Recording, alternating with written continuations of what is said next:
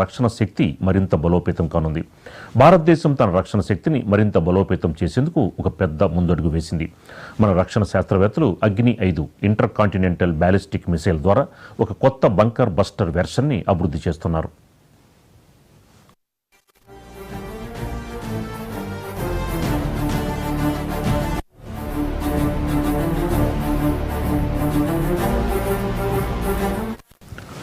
గతంలో 8,000 కిలోమీటర్ల దూరం వరకు అణుశక్తితో పనిచేసిన అగ్ని-5 ఇప్పుడు దాని పరిధిని 2,500 కిలోమీటర్లకు తగ్గించి ఒక భారీ సాంప్రదాయిక యుద్ధ వార్ హెడ్ని అమర్చారు. ఈ వార్ హెడ్ 8,000 కిలోల బరువుతో ఉంటుంది. ఇది అమెరికా యొక్క మాసివ్ ఆర్డినెన్స్ పెంట్రేటర్ GBU-57 2,400 కిలోల బరువు కంటే 3 రెట్లు భారీగా ఉండడం విశేషం.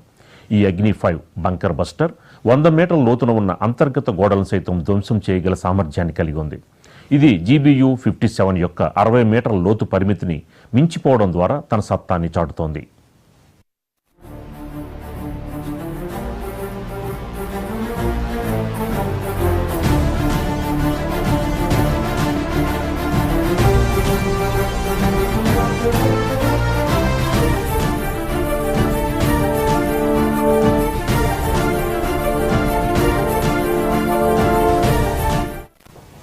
Defence research and development organisation దశాబ్దాలుగా అగ్ని సిరీస్ మిసైల్స్ని అభివృద్ధి చేస్తోంది.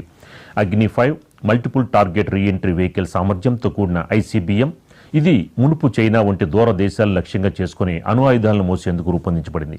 కానీ ఇప్పుడు ఈ కొత్త బంకర్ బస్టర్ వెర్షన్ భారతదేశం సమీప శత్రు దేశాల్లో ఉన్న బలమైన రక్షణ స్థావరాలను ధ్వంసం చేయడానికి ప్రత్యేకంగా రూపొందించబడింది. ఈ కొత్త మిసైల్ పాకిస్తాన్లోని కిరానా హిల్స్ వంటి ప్రదేశాలను లక్ష్యంగా చేసుకోవచ్చు. 1980లో పాకిస్తాన్లో అణు పరీక్షలు ఉపయోగించిన స్థలం ఇది. ఇక్కడ 1983 నుండి 1990 వరకు కోల్డ్ టెస్టులు జరిగాయి. ఇవి అణు స్ఫోటనాలని అభివృద్ధి చేయడానికి సహాయపడ్డాయి. ఈ కొత్త అగ్ని-5 వెర్షన్ ఆ స్థలంలోని అణు సౌకర్యాలని 100 మీటర్ల లోతుకు చేరి నాశనం చేయగలదని చెప్తున్నారు.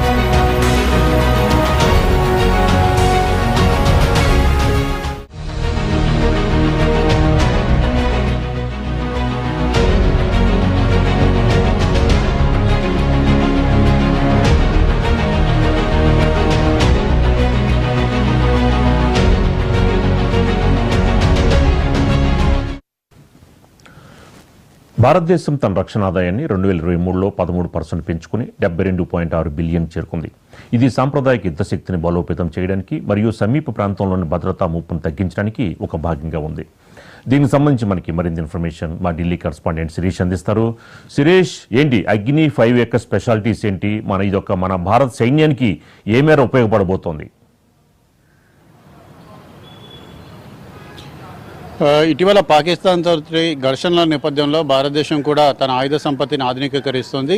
ఇటు శత్రువు యొక్క ముప్పుకు అంచనాలకు అనుగుణంగా ఆయుధ సంపత్తిని కూడా ఆధునికీకరించడం, అదేవిధంగా కొత్త ఆయుధాలను సేకరించడం, వీటన్నింటినీ కూడా ఒక పకడ్బందీ ప్రణాళిక ప్రకారం ముందుకు వెళ్తుంది. అయితే గతంలో ఈ ఆయుధ వ్యవస్థలను సమకూర్చుకునే విషయంలో కానీ, లేకపోతే మారుతున్న పరిస్థితులకు అనుగుణంగా భారత సైన్యాన్ని ఆధునికీకరించే విషయంలో కానీ కొంత నిర్లక్ష్యం అనేది కూడా జరిగింది. సో ఈ నేపథ్యంలో దాన్ని వేగవంతం చేయాలని చెప్పేసి కూడా కేంద్ర ప్రభుత్వం భావిస్తుంది. అయితే 6 సంవత్సరాల లోపు పూర్తి చేయాల్సిన లక్ష్యాలన్నింటినీ కూడా 2 సంవత్సరాలకు కూడా కుదించడం కూడా జరిగింది. ఇటు శత్రువు నుంచి వచ్చే ముప్పు ఆధారంగా ఆయుధ సంపత్తిని సమీకరించడం కానీ, లేకపోతే బలోపేతం చేసే విషయంపైన భారత ప్రభుత్వం దృష్టి సారించడం కూడా జరిగింది. అయితే ఇటీవల పాకిస్తాన్తో ఘర్షణల నేపథ్యంలో ముఖ్యంగా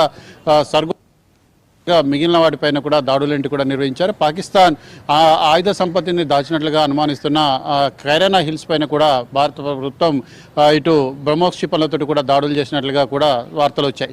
సో ఈ నేపథ్యంలో అలాంటి భూగర్భ సొరంగాలను కూడా ధ్వంసం చేయాలంటే భారతదేశం దగ్గర పూర్తిస్థాయి ఆయుధ సంపత్తి అనేది కూడా అవసరం. అయితే ఇటీవల ఇరాన్ పైన అమెరికా చేసిన బాంబు దాడుల్లో వినియోగించిన GBU-57 బంకర్ బరస్టర్ బాంబు ఏదైతే ఉందో దానికి ధీటుగా భారతదేశం కూడా ఆయుధాలను ఆయుధాలను కూడా తయారు చేస్తుంది.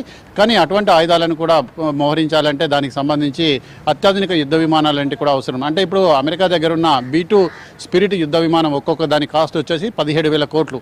అంతా సమీకరించడం అనేది కూడా కష్టసాధ్యం. కాబట్టి భారతదేశం తన దగ్గర ఉన్న రాకెట్ టెక్నాలజీ ఏదైతే ఉందో దాన్ని ఉపయోగించుకొని మిసైల్ టెక్నాలజీని ఆ దిశగా రూపాంతరం చెందించే ప్రయత్నం కూడా చేస్తుంది. దీనిలో భాగంగా భారతదేశం దగ్గర అమ్ముల పొదలో ఉన్న ఆ అగ్ని 5 సిరీస్ ఏదైతే ఉందో దాన్ని ఈ బంకర్ బరస్టర్ బాంబు కింద రూపాంతరం చెందించే విధంగా ప్రయత్నాలు చేస్తున్నట్లుగా జాతీయ మీడియాల కథనాలన్నింటి కూడా వచ్చాయి. సో ఈ నేపథ్యంలో అమెరికాకు సంబంధించిన GBU-57 బాంబు కంటే అత్యంత సామర్థ్యంతో భారతదేశం బంకర్ విధ్వంసకర ఆయుధం అగ్ని 5ను కూడా తయారు చేస్తున్నట్లుగా వార్తలు వస్తున్నాయి. అయితే దీనికి సంబంధించి రక్షణ శాఖ ఇంకా అధికారికంగా ధృవీకరించాల్సి ఉంది. ఒకవేళ ఇది కనుక తయారైతే భారతదేశ రక్షణ చరిత్రలో ఇది కొత్త అధ్యాయాన్ని కూడా సృష్టిస్తుందని చెప్పేసి కూడా రక్షణ రంగ నిపుణులు కూడా చెప్తున్నారు. ఎందుకంటే భారతదేశం తన రక్షణ శక్తిని మరింత బలోపేతం చేసుకోవాల్సిన అవసరం అనేది కూడా ఉంది. ఎందుకంటే ఇప్పటివరకు కూడా కేవలం పాకిస్తాన్ తోటి ముప్పు అనేది కూడా ఉంది. కానీ చైనా, బంగ్లాదేశ్ లాంటి దేశాలతోటి కూడా ముప్పు పెరుగుతున్న నేపథ్యంలో భారతదేశం కూడా తన ఆయుధ సంపత్తిని ఆధునికీకరించుకోవాల్సిన పరిస్థితి అనేది కూడా ఏర్పడింది. సో ఈ నేపథ్యంలో ఇటు భారతదేశానికి సంబంధించిన రక్షణ శాస్త్రవేత్తలు అగ్ని 5కి సంబంధించిన క్షిపణి ఏదైతే ఉందో దీన్ని ఇంటర్ కాంటినెంటల్ బాలిస్టిక్ మిసైల్ అంటారు. అంటే ఖండాంతర క్షిపణి అని చెప్పేసి కూడా పిలుస్తారు. దీని యొక్క రేంజ్ అనేది కూడా దాదాపుగా 5,000 కిలోమీటర్ల వరకు కూడా ఉంటుంది. అంటే ఈ మిసైల్ అనేది కూడా గతంలో దాదాపు 8,000 కిలోమీటర్ల వరకు కూడా రేంజెస్ తోటి ప్రయాణించేది. ఇప్పుడు దాన్ని కొత్త బంకర్ బరస్టర్ వెర్షన్గా కూడా దాన్ని అభివృద్ధి చేస్తున్నట్లుగా కూడా తెలుస్తోంది. అంటే ఆ ఆయుధాన్ని ఉపయోగించినప్పుడు కొండల్ని కూడా పిండి చేసి భూగర్భ సొరంగాల్లో దాచి ఉంచిన ఇటు కేంద్రాలన్నింటినీ కూడా ధ్వంసం అణ్వాయుధ కేంద్రాలు కానీ లేకపోతే శత్రు దేశానికి సంబంధించిన ఆయుధ భండాగారాలను కానీ ధ్వంసం చేసే అవకాశం అనేది కూడా దీనివల్ల లభిస్తుందని చెప్పేసి కూడా రక్షణ శాస్త్రవేత్తలు అంచనా వేయడం కూడా జరుగుతుంది. ముఖ్యంగా ఈ అగ్ని 5 సిరీస్ యొక్క పరిధి అనేది 8,000 కిలోమీటర్లు ఉండేది. దాని ఇప్పుడు 2,500 కిలోమీటర్ల పరిధికి కూడా తగ్గించి దానికి ఒక భారీ సాంప్రదాయక వార్ హెడ్ అనేది కూడా అమరుస్తున్నారు. అంటే అందులో ముఖ్యంగా బాంబులు అంటే కూడా అమరుస్తున్నారు. అది దాదాపు 8,000 కిలోల బరువుతో ఉండే సాంప్రదాయ వార్ హెడ్ అనేది కూడా అమర్చి దాని ద్వారా ఈ బంకర్ విధ్వంసక ఆయుధంగా దీన్ని తయారు చేస్తున్నారు. అయితే ఇటు అమెరికా ఉపయోగించిన GBU-57లో వార్ హెడ్ యొక్క సామర్థ్యం వచ్చేసి 2,500 కిలోలే ఉండేది. కానీ దానికంటే దాదాపు 3 రెట్లు ఎక్కువగా భారతదేశం ఈ సాంప్రదాయ వార్ హెడ్ను ఉపయోగించి అటువంటి ఆయుధాన్ని కూడా తయారు చేస్తుంది. అంటే ముందు కాలంలో కైరానా హిల్స్ లాంటి అండర్ గ్రౌండ్ బంకర్లను ధ్వంసం చేసేందుకు ఆస్కారం అనేది కూడా దీనివల్ల ఉంటుంది. సో మొత్తం మీద కూడా అమెరికా యొక్క మాసివ్ ఆర్డినెన్స్ పెనిట్రేటర్ అని చెప్పేసి కూడా పిలుస్తారు. అంటే GBU బాంబుని ముఖ్యంగా మాసివ్ ఆర్డినెన్స్ పెనిట్రేటర్ అని పిలుస్తారు. దీని యొక్క బరువు అనేది 2,400 కిలోలు ఉంటుంది అమెరికాది. కానీ మన దగ్గర తయారు చేస్తున్నది ఏంటంటే దాదాపు 8,000 కిలోల బరువుతోటి సాంప్రదాయ వార్ హెడ్ను తయారు చేస్తున్నారు. అమెరికాకు సంబంధించిన GBU-57 యొక్క బాంబు యొక్క సామర్థ్యం అనేది భూపరితలం నుంచి దాదాపు 60 మీటర్ల వరకు కూడా అది చొచ్చుకుపోగలిగి లోపల ఉన్న లక్ష్యాలను కూడా ధ్వంసం చేసేందుకు ఆస్కారం అనేది కూడా ఉంటుంది. కానీ భారత్ తయారు చేస్తున్న అగ్ని 5 సిరీస్కి సంబంధించిన బంకర్ బరస్టర్ అనేది దాదాపు 100 మీటర్ల వరకు కూడా లోతులకు వెళ్ళి భూగర్భ సొరంగాలను కూడా ధ్వంసం చేసేందుకు అవకాశం అనేది కూడా ఉంటుంది. సో ఇటువంటి ఆయుధాన్ని కూడా తయారు చేయబోతున్నట్లుగా కూడా సమాచారం. సో భారతదేశ రక్షణ శాస్త్రవేత్తలు ఎన్నో శతాబ్దాలుగా DRDOs యొక్క సహకారంతో మిసైల్ టెక్నాలజీని అభివృద్ధి పరుస్తున్నారు. సో ఈ నేపథ్యంలో అగ్ని 5 సిరీస్ ఏదైతే ఉందో దాన్ని ఒక బహుళ లక్ష్య రీ ఎంట్రీ వెహికల్ సామర్థ్యంతో కూడా తయారు చేస్తున్నారు. అయితే వీటిని ఇది కనుక పూర్తి స్థాయిలో తయారై భారతదేశ అమలు పొదలో కనుక చేరినట్లయితే ఇది భారతదేశ సైనిక శక్తికి మరింత బలాన్ని కూడా ఇచ్చే అవకాశం కూడా ఉంది. సో ఇటీవల కాలంలో పాకిస్తాన్ తోటి ఘర్షణల నేపథ్యంలో కానీ ఇటు ఉక్రెయిన్ రష్యా వారు కానీ అదేవిధంగా ఇజ్రాయెల్కి సంబంధించి ఇరాన్ వారు కానీ ఈ ఘర్షణల నేపథ్యంలో భారతదేశం కూడా తన దగ్గర ఉన్న ఆయుధ సంపత్తిని ఆధునికీకరిస్తుంది. ఎందుకంటే ప్రస్తుతం ఉన్న కాలమాన పరిస్థితులకు అనుగుణంగా పై చేయి సాధిస్తే అంటే ఎవరు ఎక్కువ టెక్నాలజీ ముందుకు వెళ్తే వాళ్ళు యుద్ధాన్ని ఈజీగా గెలిచేందుకు ఆస్కారం అనేది కూడా ఉంటుంది. కాబట్టి భారతదేశం కూడా ఇటువంటి టెక్నాలజీని అభివృద్ధి చేస్తున్నట్లుగా కూడా సమాచారం. సో మొత్తం మీద కూడా పాకిస్తాన్ 1980లో అణు పరీక్షలకు ఉపయోగించిన ఈ కైరానా హిల్స్ అనేది ఇప్పుడు అక్కడ 1983 నుంచి 90 వరకు అనేక టెస్టులన్నిటి కూడా జరిగాయి.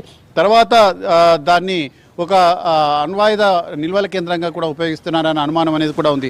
సో అటువంటి వాటిని భారతదేశం ముఖ్యంగా ఈ భారతదేశం తయారు చేయబోతున్న అగ్ని 5 సిరీస్ అనేది ధ్వంసం చేయడానికి ఆస్కారం అనేది కూడా ఉంటుందని చెప్పేసి కూడా శాస్త్రవేత్తలు భావిస్తున్నారు. ఏదైనప్పటికీ అత్యంత వేగంగా సైన్యాన్ని ఆధునికీకరించే విషయంలో కానీ ఆయుధాలను సమీకరించే విషయంలో కానీ భారతదేశం ముందుకు వెళ్తుంది. ఎందుకంటే శత్రు దేశాలతో ముప్పు ఉన్న నేపథ్యంలో దీనికి సంబంధించి తొందరగా చర్యలు తీసుకోకపోతే మాత్రం దాని పర్యవసానాలన్నింటి కూడా ఎదుర్కోవాల్సి ఉంటుంది. కాబట్టి దీనిపైన భారతదేశం ప్రత్యేకంగా దృష్టి సారించడం కూడా జరిగింది. విదేశీ సామర్థ్యంపై ఆధారపడుతూనే స్వదేశీ టెక్నాలజీని డెవలప్ చేసే పనిలో కూడా భారతదేశ శాస్త్రవేత్తలు ఉన్నారు.